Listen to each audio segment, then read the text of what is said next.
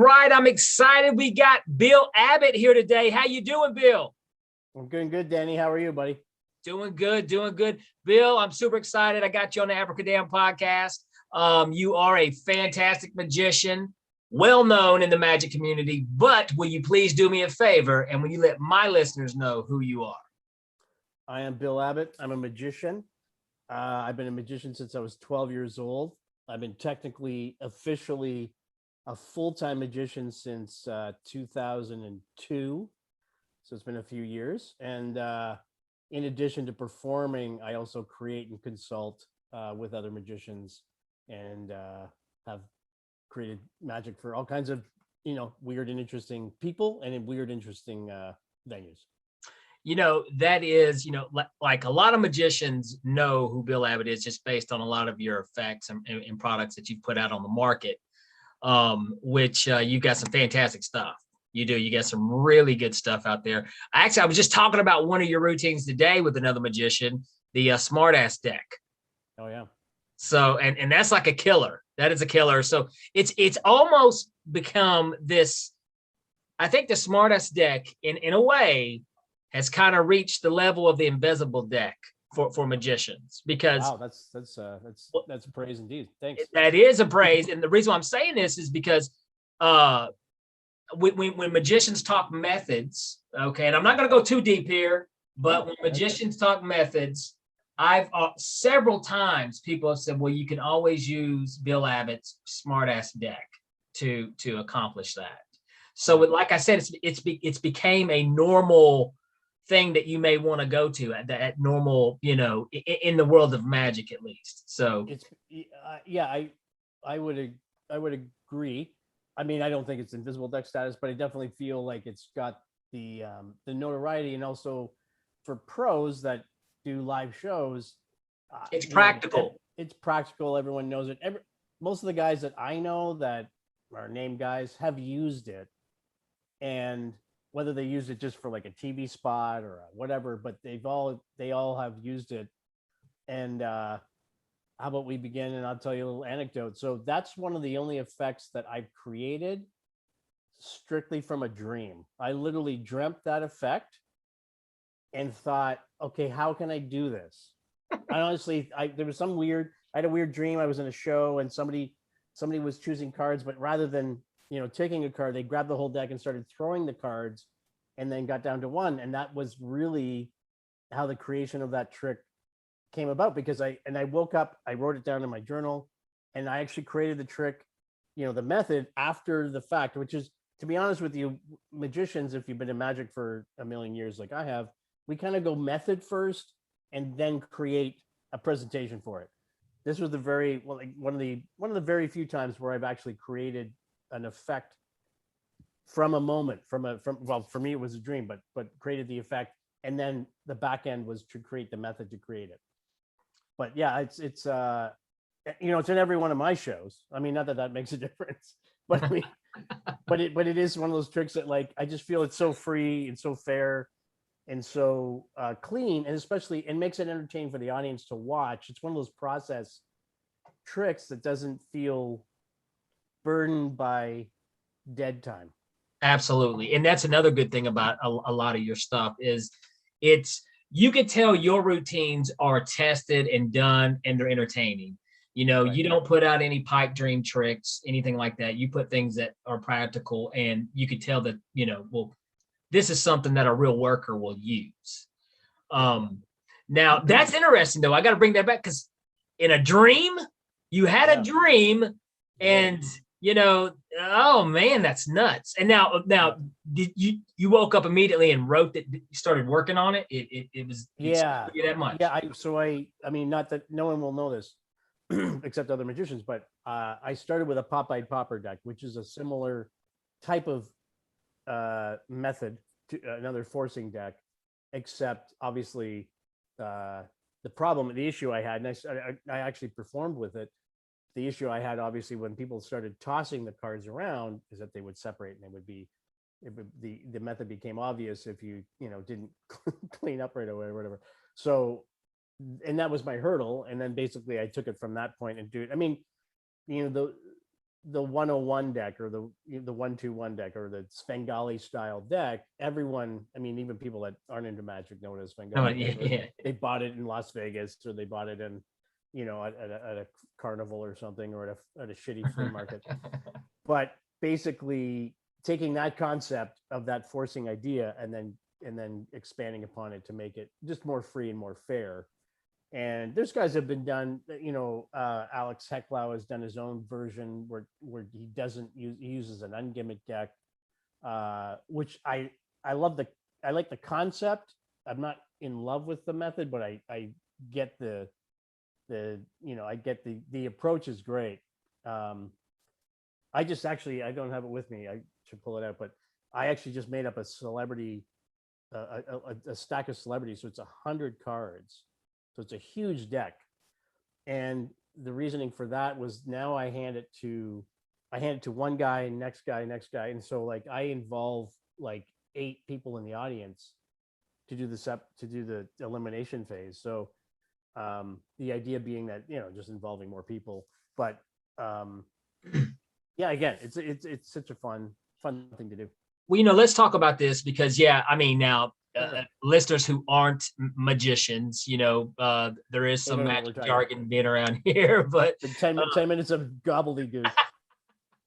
But let's talk about this because this is what's real interesting about you, Bill, is let's talk about the creative process. Like you had a dream and you woke up. I don't know, where you, Doc Brown all of a sudden from Back to the Future. He hit his head and he came up with these things.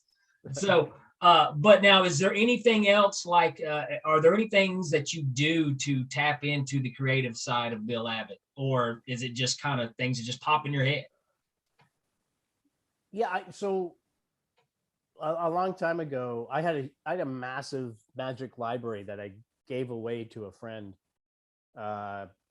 before I moved away from Toronto. And I now live in Florida, but I was originally in Toronto, Canada. And I was a very studious, not a studious performer, but a studious person in magic. I read every single book.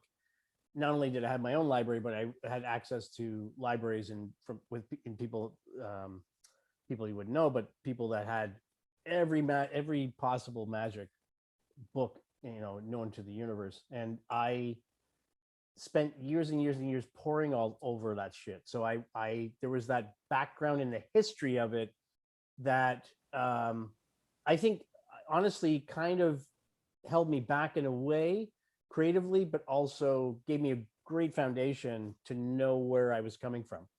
And I'm not a huge historian of magic, but I do love history and I love where magic has come from. So for me, it was like I had there was probably 10 years straight where I like literally read every book that I could get my hands on, and took, a myriad of notes, etc. And I had a very big library that I gave away that I sometimes I wish I had those books still. But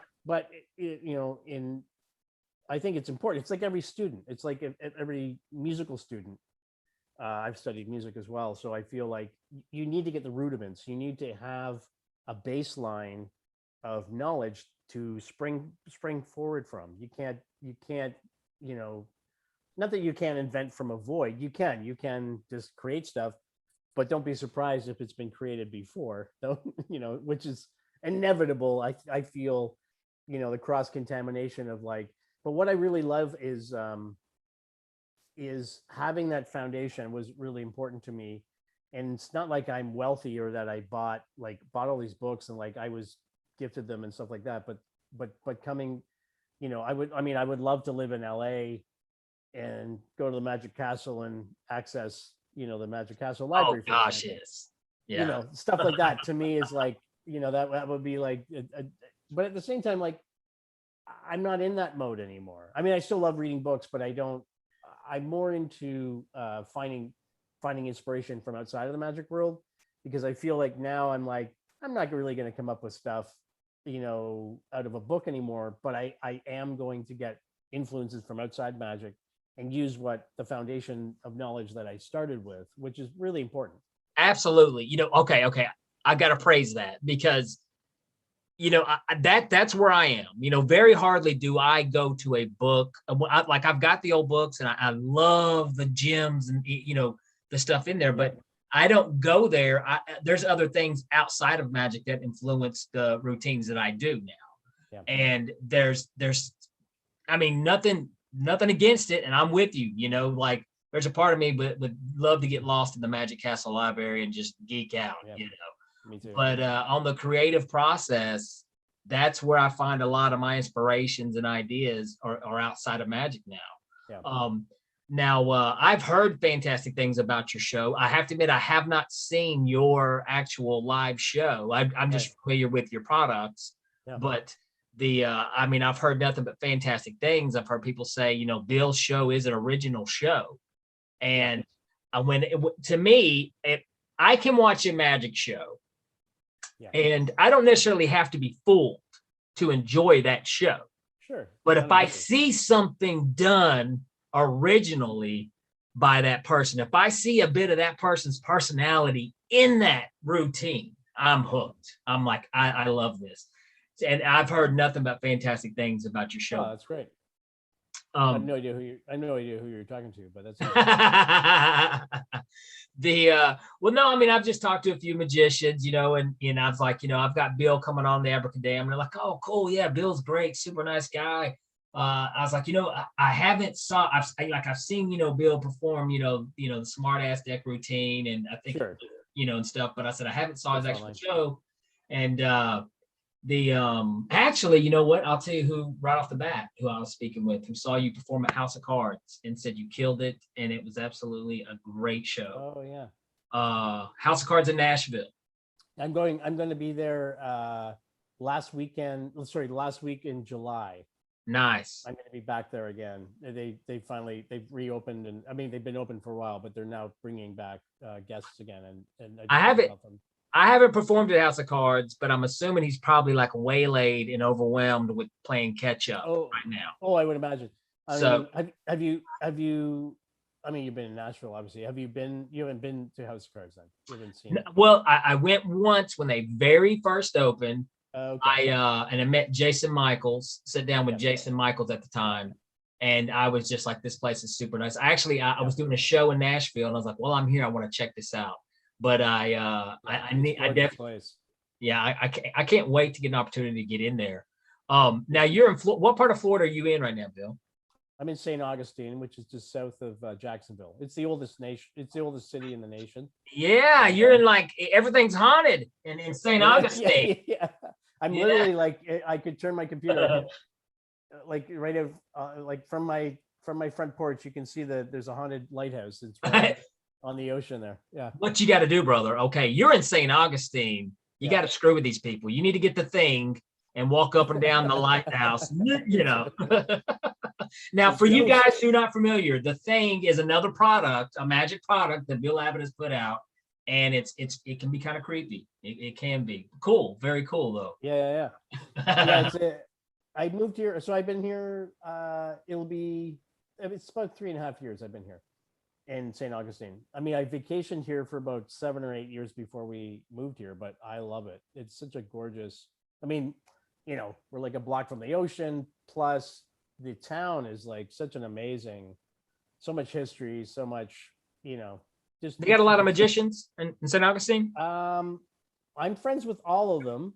There's not a ton, surprisingly. I'm friends with a bunch of them, and there's obviously a bunch in Orlando and beyond that I'm really good friends with. So, there's a really great magic community here, which is awesome. And St. Augustine's kind of a bizarre place. I'm actively trying to nail down a venue to do a show here, like a regular show. Nice.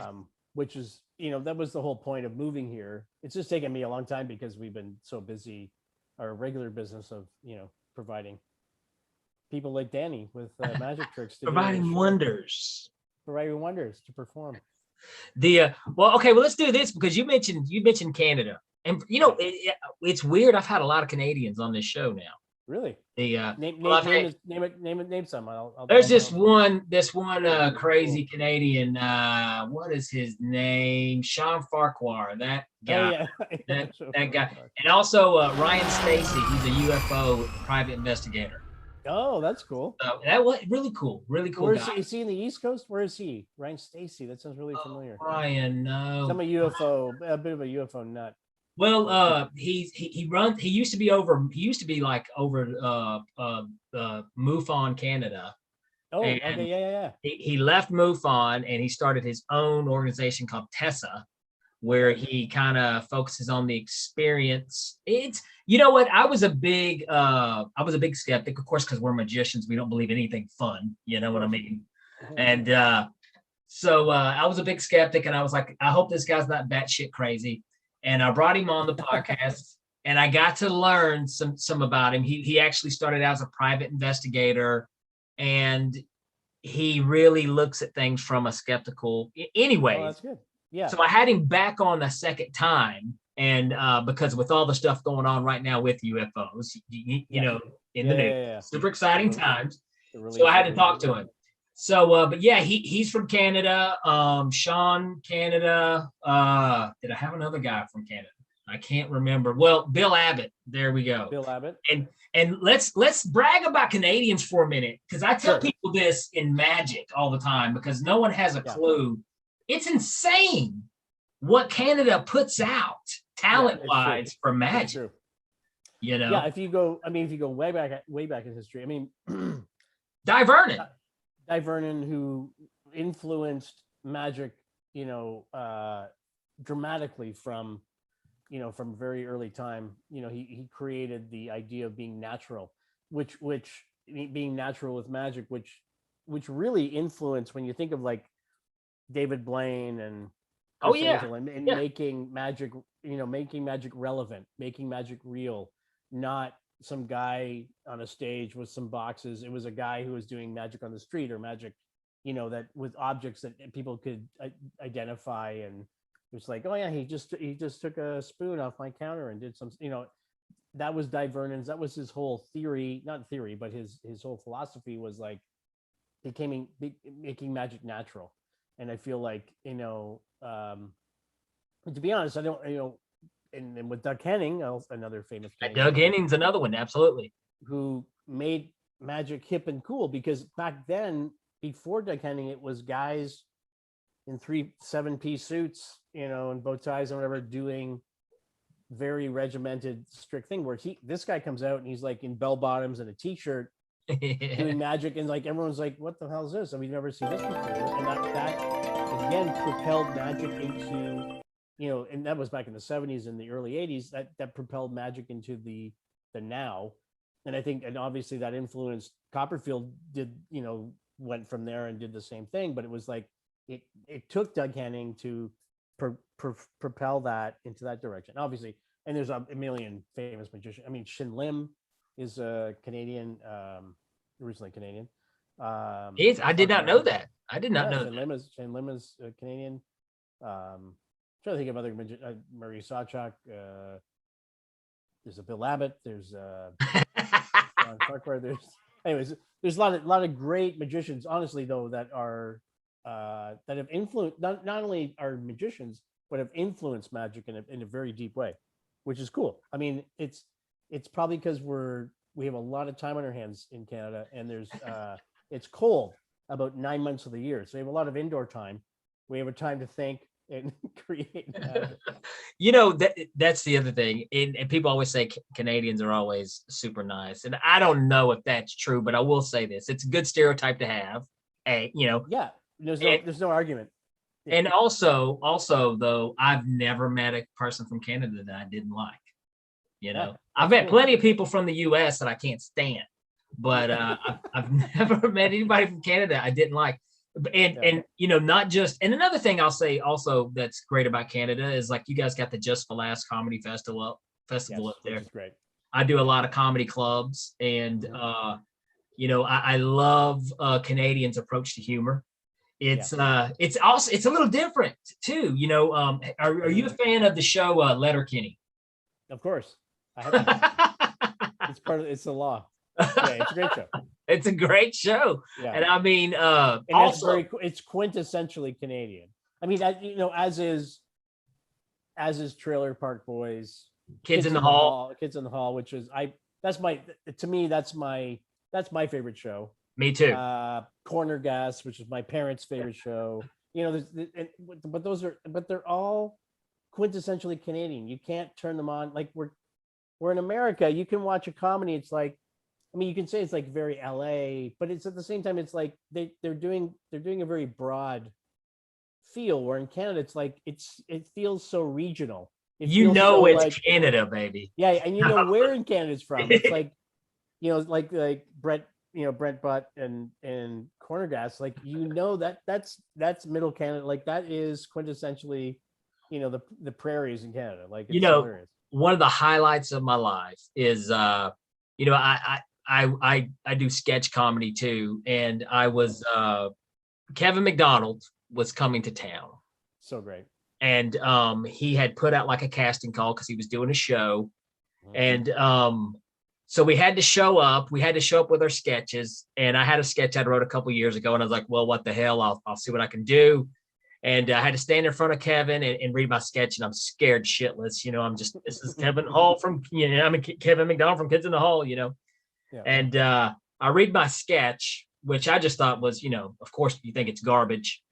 And Kevin says, there's no way you could have known this, but we literally had a sketch very, very similar to that never made it to the show. Wow. You're in the show. And I was just like, wow. So, I got to work, one night with Kevin McDonald, awesome. On a live sketch show. But it was called I had wrote about a drunk superhero who really doesn't have any superpowers. He's just a drunk. And he goes by the name The Flask. So that's great. Kevin loved it. But anyways, on the Abracadamn podcast, yes, Bill Abbott, we ask every guest a hell gig story. Okay. Let's hear a good one. Okay, so let's rewind. And I'm going to go back to I'm going to say I was in my late teens, early 20s. I couldn't tell you the year, but I had been doing these corporate gigs and basically hired out by an agency. So the agency would send you to these corporate gigs at Christmas time. So it would start in mid-November and go all the way up till Christmas Day almost. You'd be doing shows, and sometimes I'd be doing 2 or 3 shows or 4 shows a day, especially on the weekends. It would start Friday, we'd do 2 or 3 shows, Saturday, Sunday, Sunday up until Sunday night. And then it would start up again, like maybe Wednesday, Thursday, and you'd be doing 1, 2, 3. But then by the weekend, you'd be doing like 8 to 9 to 10 shows. So this is one of those shows. And this was a Sunday. I distinctly remember it was a Sunday afternoon. And this agency sent me a rider with very specific instructions for me that said, you are to do your show and introduce Santa Claus in the basement of this church, but it was a Catholic church. This place was huge. This was, and there was 500 kids in this audience. It was that big. So it was 500 kids in the audience, and then all their parents on the outside, of the floor area. So it was like probably 1,000 people, maybe. It was a very big place. So, but they gave me very specific instructions. You need to introduce Santa Claus. And on stage, so it was like, imagine like a high school auditorium stage, which was like 5 feet up from the ground. So I actually performed on the ground level, but then on stage, there was this box, which you will probably know as a tip over trunk, but basically it was a production box to produce Santa. So you're going to produce Santa at the end of the show. You're going to produce Santa. He's going to hop out of the box after you produce him, sit in his chair, and then give out gifts to the kids. Okay. So now I'm supposed to meet with Santa before my show. Santa never shows up. I'm waiting. There's a side door that kind of goes to the parking lot from the stage area. obviously like a load in for people that were bringing in stuff. So for half an hour before my show, I kept running out, seeing if the guy's there. He never showed up. So it comes time for me to do my show. Everyone's seated. There's literally 500 kids. I do my show. So I did my 45-minute set, and the kids are all, entertained. I had a good time. So then right after my show, I'm now in panic mode I need to find Santa. I need to put him in this box. So before the show started, I pushed the box backstage so that he could get inside the box, and then I push it forward through the curtains, through the split in the curtains, and then produce him. I go backstage at the end of my show, can't find him. Now, just at the end of the show, I said, "Hey, I'm gonna go find Santa. Give me a minute." Go backstage. He's not there. I go to the parking lot. He's not there. I call the agent. So I'm on the phone with the agent. He's like, he's on his way. He just came from another show. He's going to be a little bit late. Okay, fine. I come back out. And at this point, the kids are all like looking around. They're like very excited for Santa. I go on the mic and say, Santa's almost on his way. He had a little issue with the reindeer. He finally got the sleigh in gear. He's going to be landing on the roof in a minute. We're going to bring Santa out in a second. Finally, so then the kids are all still excited. I ran out to the parking lot. This guy pulls in in a Honda Civic, and literally, he opens the door. He's hammered beyond ball belief. Like he's soused. This guy is tight beyond all belief. He doesn't get out of the car. He literally rolls out of the car. He just rolls sideways and rolls onto the pavement. And I'm like, I can't, this is not happening.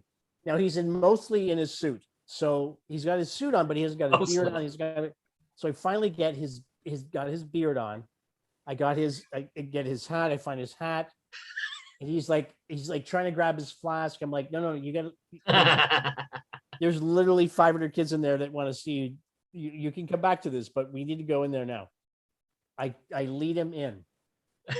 He starts walking onto the stage, and I pull him back and say, dude, I'm supposed to produce you from the magic box. He's like, what are you talking about? He had no idea that I had to produce him from this box. So we go backstage. I said, all you need to do is sit in there, just get in this position. And he's like, yeah, okay. So he's like there, and he's like burping and farting, and he's out to lunch. So I split the curtain, I push the box through, and by this time the kids are all chanting Santa, Santa, like they're going nuts. Santa's coming. I push him forward. I flip the box over. He does not. There's a partition that he's supposed to be behind. He's not behind it. I tip the box forward. All they see is Santa in a fetal position, all crumpled up, and they're like, and the whole place erupts like Santa. Like they freak out. They're all going nuts at this point. Like, it's Santa, I can't believe it. And I'm like, oh my gosh. So I flip the box back, and I say to the guy, I open the lid and I said, get up. So he clambers up. You have to understand how hammered this guy is. He's like, and all the kids are like screaming at this point. So this whole contraption, this whole tip over box production thing, it's on casters. That's how I'm rolling him forward. And like, he steps up onto the edge of the box, steps forward like he's just gonna walk onto the stage. The whole thing slides out from under him. He does a full face plant, boom, right on the stage. He's out, like he's winded. He's out of. He's like, so I'm like, Santa, you okay? I bring the mic down. He's like, he's out. He's like literally he's out to lunch. Kids are like, and there's like dead silence. The kids are like, they think Santa's dead. Santa's died. I grab the throne, the chair, that I swing it over. I get him into position, and I'm like, okay, so I'm going to talk for Santa. And I just said, Santa's going to pull out his list. Of course, he doesn't know anything. He just figures he's supposed to show up and just look like the part, but he has no idea He's supposed to announce kids' names. Oh. It's awful. Listen to the rest of this episode. Be sure to subscribe and follow the Abracadamn podcast wherever it is you listen to your podcasts. And also, be sure to subscribe and hit the like button here on the Abracadamn podcast YouTube channel for more interesting content. Abracadabra.